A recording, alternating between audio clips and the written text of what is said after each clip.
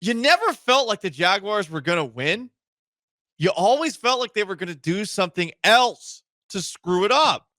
Whether it was Trevor Lawrence's 6 overthrows, 2 of which should have been touchdown passes. I knew you had the exact number. Oh, because who has been telling you Trevor Lawrence overthrows people longer than me? I have been on that since he was in college. I've never been as impressed by this guy as anyone. And yeah, I will do a little touchdown dance today because he stunk. He is lost. He is lost. Okay? They had a 4th and short on the Texans side of the field. They have a rookie kicker, and they chose to kick a field goal at 0-3 instead of going for it. Even worse, there's a moment in the game. Look this up. I forget which third down it is, but it is so apparent. You know how the sidelines in the NFL are pretty thick? Mm-hmm. You're not supposed to step on those if you are a player unless you're about to sub in.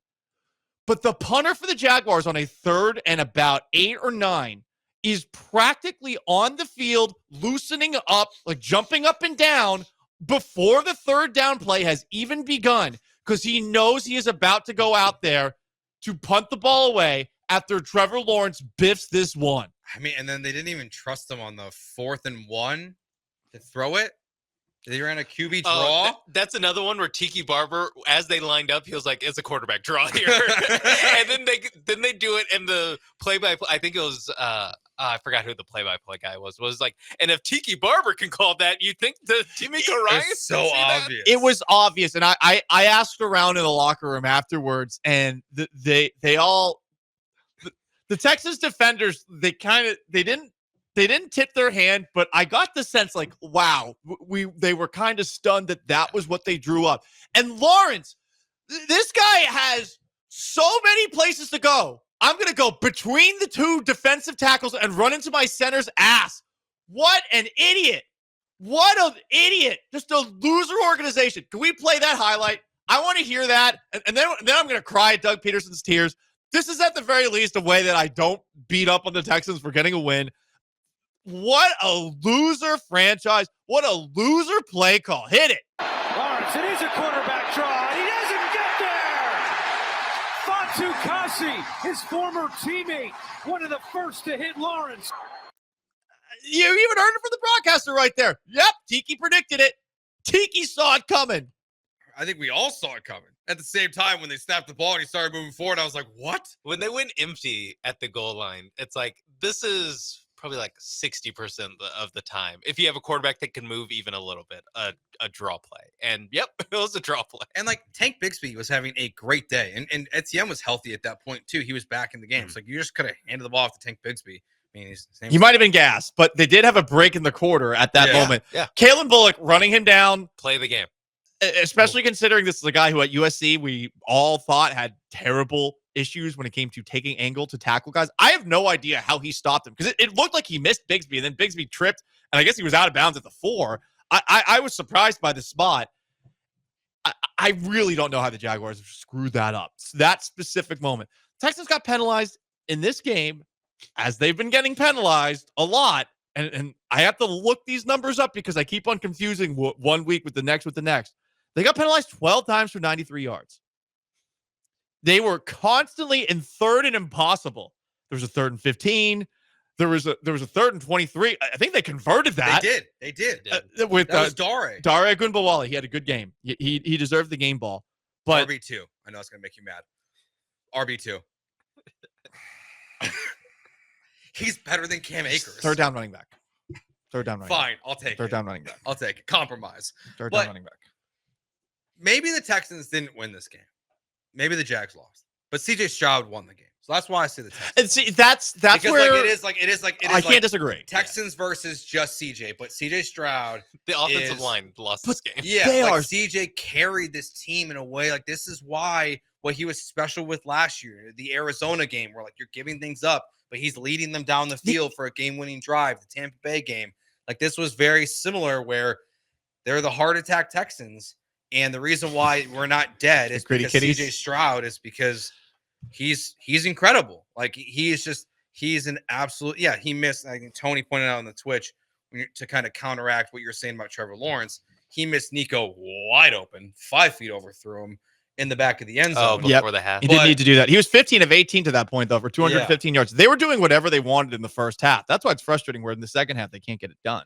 Yeah, but he's just when it matters the most right now in the NFL, the only other quarterback I'd put in front of CJ is Patrick Mahomes. End of the game, you need a game-winning touchdown drive. Like, I put CJ Stroud number 2 on that list. So that's why I say they won the game. But when I say they, I really guess I just mean CJ. Yeah, no, I mean, you go through everyone else on the Texans. They play terrible. Like, I'm just have the box score open because I wanted to check to see if they had more rushing yards than penalty yards. They did. They had 101 rushing yards to 93 penalty yards. But even on the rushing list, I see one Steven Sims is on there for 1 rush, 0 yards. Why is he still on the team? That guy lost the game. Talk about muff punt, unsportsmanlike conduct on another punt after getting benched, coming back in. That's now apparently the unsportsmanlike conduct was a soft. It was a spotty call. It was a soft. The NFL's, I guess, doing added emphasis on the unsportsmanlike conduct, so that's why he got it. But rough game. And then the speed sweep, too. You're like, you're not Tank Dell. You're not. Bobby, he's not Tank Dell. Where was Xavier Hutchinson? Was he hurt? Good question. I don't know. I mean, we saw Mechie play yesterday. He got a catch. Yeah. 1 catch, 7 yards. Look, the Jaguars are just a loser organization. You are right, though. Stroud, was it ever in doubt with the ball back 3 minutes to go? No, you knew he was going to march down the field and get the touchdown. I knew at the very least they would get the field goal. Again, there might have been a hold on a 3rd and 8 that takes back a conversion that makes them have to kick the field goal. But at no point I felt 100% confident that they're going to get points. I want to hear from Eagles coach Doug Peterson, and I had a conversation with somebody who's a little more in touch with the greater NFL, and he was talking about how Peterson's really respected across the NFL, and he might be taking away play calling duties from Press Taylor, who's the offensive coordinator. But I can't, for the life of me, I can't believe the Patriots lost the Super Bowl to that guy with Nick Foles. I just can't. And it's not only lose to them, but just get absolutely torched by them. They lost to that guy. Here's Doug Peterson after the game getting asked very obvious questions about his job security by the very hard, difficult to work with Jacksonville media. Start worrying about your status at this point or no? My status? Yeah. After an 0-4 start. I mean, no. I mean, it's kind of a strange question, but okay. It's kind of a strange question.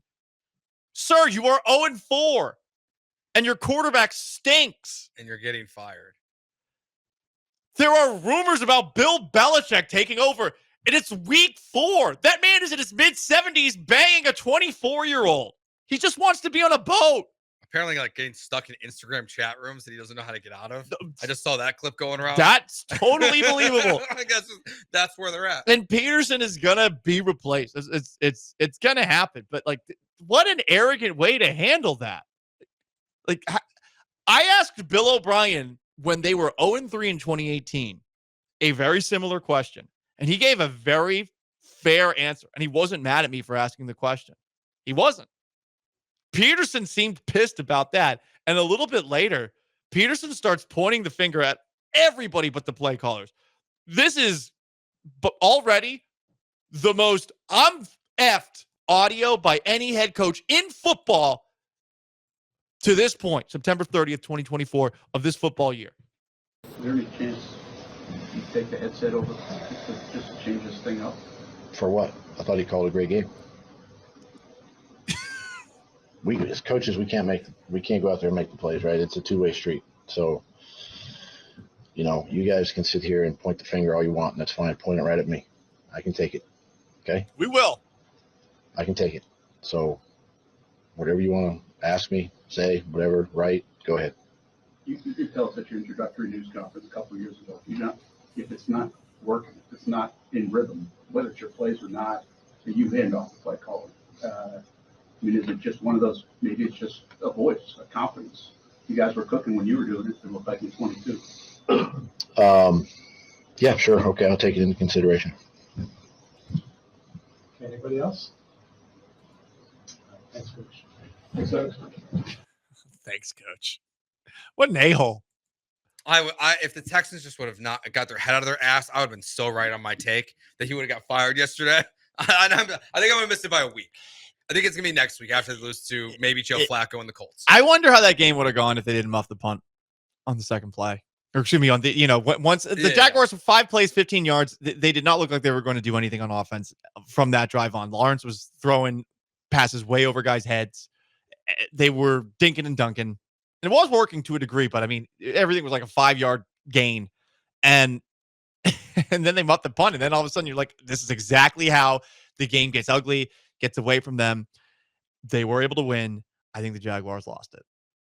I don't have a problem with it. Clean it up. Yeah, win's a win.